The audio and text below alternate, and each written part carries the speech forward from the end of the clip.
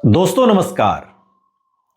असदुद्दीन ओवैसी उत्तर प्रदेश में समाजवादी पार्टी के साथ जाएंगे या नहीं जाएंगे, इस बहस से दूर मुंबई में एक बहस छिड़ी हुई है और वो बहस यह है कि समाजवादी पार्टी के खिलाफ कितनी ताकत के साथ एआईएमआईएम चीफ असदुद्दीन ओवैसी उतरने वाले हैं।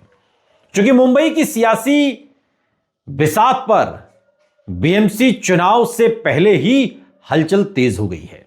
समाजवादी पार्टी के कद्दावर नेता अबू आजमी के परंपरागत गढ़ माने जाने वाले मानखुर्द गोंडवी इलाके में अब एआईएमआईएम ने सीधी चुनौती पेश कर दी है। सीधी चुनौती, और जो कि यह गढ़ माना जाता है समाजवादी पार्टी का, अबू आजमी का, और अबू आजमी के इसी गढ़ में ओवैसी ने चुनौती खड़ी की है। एआईएमआईएम के प्रमुख असदुद्दीन ओवैसी इसी इलाके में एक बड़ी जनसभा को करके अपनी ताकत का एहसास करवा रहे हैं, जिसे समाजवादी पार्टी के लिए एक अहम सियासी संकेत माना जा रहा है।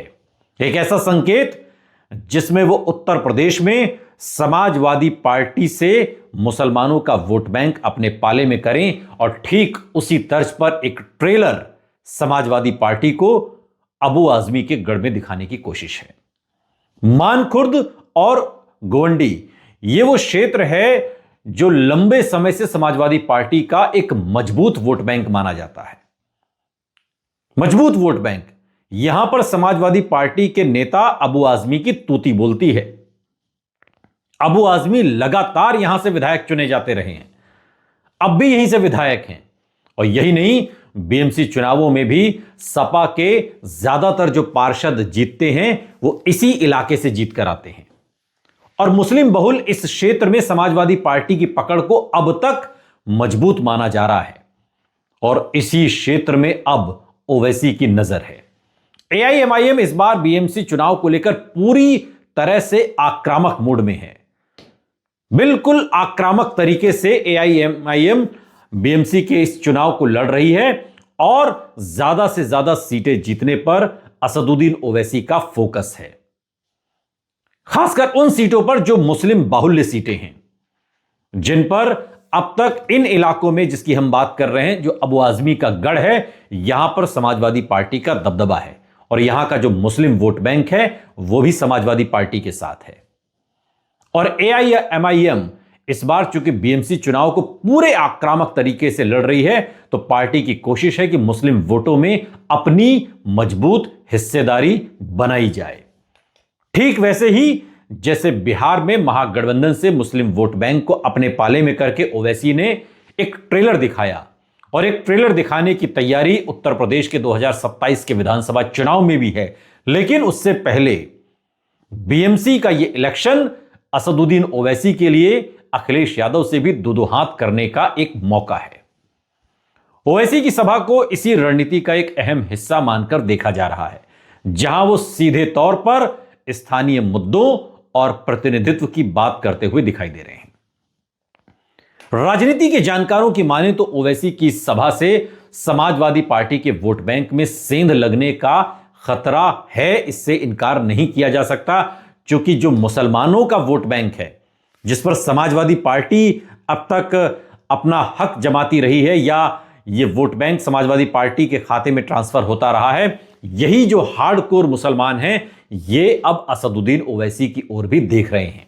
और ये बात कोई हम हवा हवाई में नहीं कह रहे कि इनका पलड़ा भारी है, इनका पलड़ा कमजोर करने के लिए कही जा रही नहीं। इसका उदाहरण है, और ये उदाहरण सबसे पहले बिहार में मिला।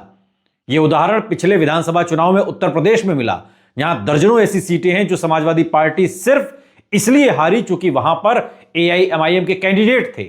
इतने वोटों से नहीं हारी समाजवादी पार्टी जितने ज्यादा वोट असदुद्दीन ओवैसी की पार्टी को मिल गए। यही डर समाजवादी पार्टी को बीएमसी के चुनाव में उसके अपने गढ़ में भी है।